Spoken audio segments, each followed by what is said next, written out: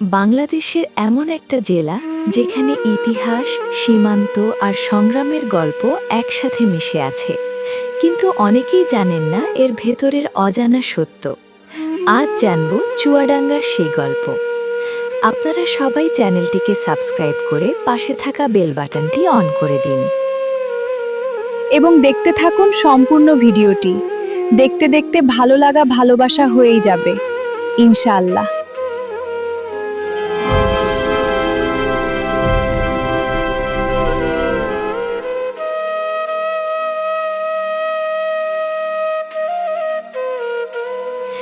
বাংলাদেশের দক্ষিণ পশ্চিমাঞ্চলে অবস্থিত চুয়াডাঙ্গা জেলা দেশের অন্যতম গুরুত্বপূর্ণ সীমান্তবর্তী অঞ্চল।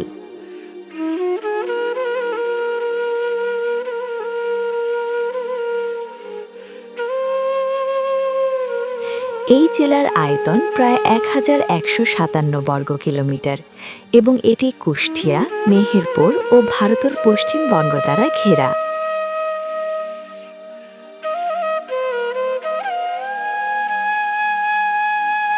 চুয়াডাঙ্গার ইতিহাস অনেক পুরনো। মুক্তিযুদ্ধের সময় এই অঞ্চল ছিল অত্যন্ত গুরুত্বপূর্ণ।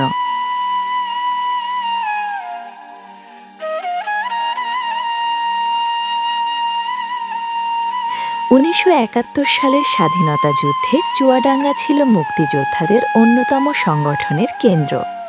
অনেক ঐতিহাসিক সিদ্ধান্ত এখান থেকেই নেওয়া হয়েছিল।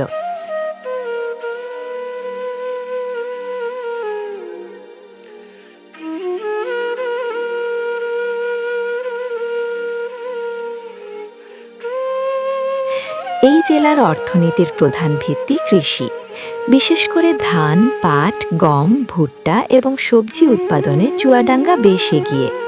এখানকার মাটি অত্যন্ত উর্বর হওয়ায় কৃষকরা সারা বছর বিভিন্ন ফসল ফলাতে পারেন।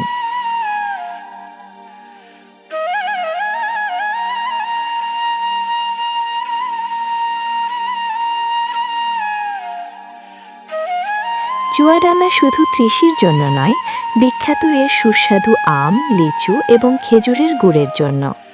শীতকালে এখানকার খেজুরের রস অনেক জনপ্রিয়।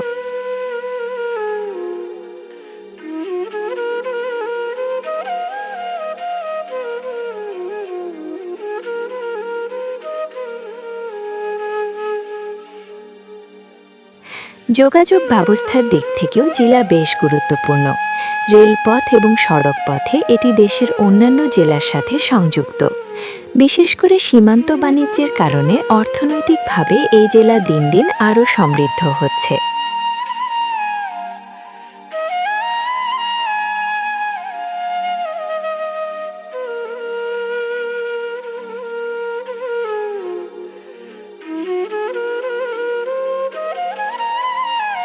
এখানে রয়েছে অনেক শিক্ষা প্রতিষ্ঠান, সাংস্কৃতিক ঐতিহ্য এবং স্থানীয় মেলা, যা জেলার মানুষদের জীবনকে আরও প্রাণবন্ত করে তোলে।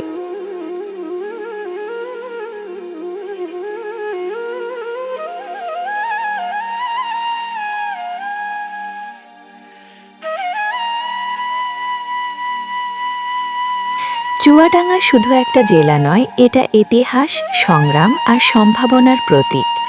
এমন আরও অজানা জেলার গল্প জানতে সাথে থাকুন। ভিডিওটি ভালো লাগলে লাইক, কমেন্ট, শেয়ার ও চ্যানেলটিকে সাবস্ক্রাইব করতে ভুলবেন না।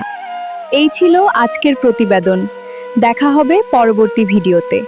আমি Sabikun Nahar Moni, Janpakhi YouTube channel, Jibannagar, Chuadanga. Subscribe করো, বেল বাটন অন করে দাও, কোনো ভিডিও মিস হবে না।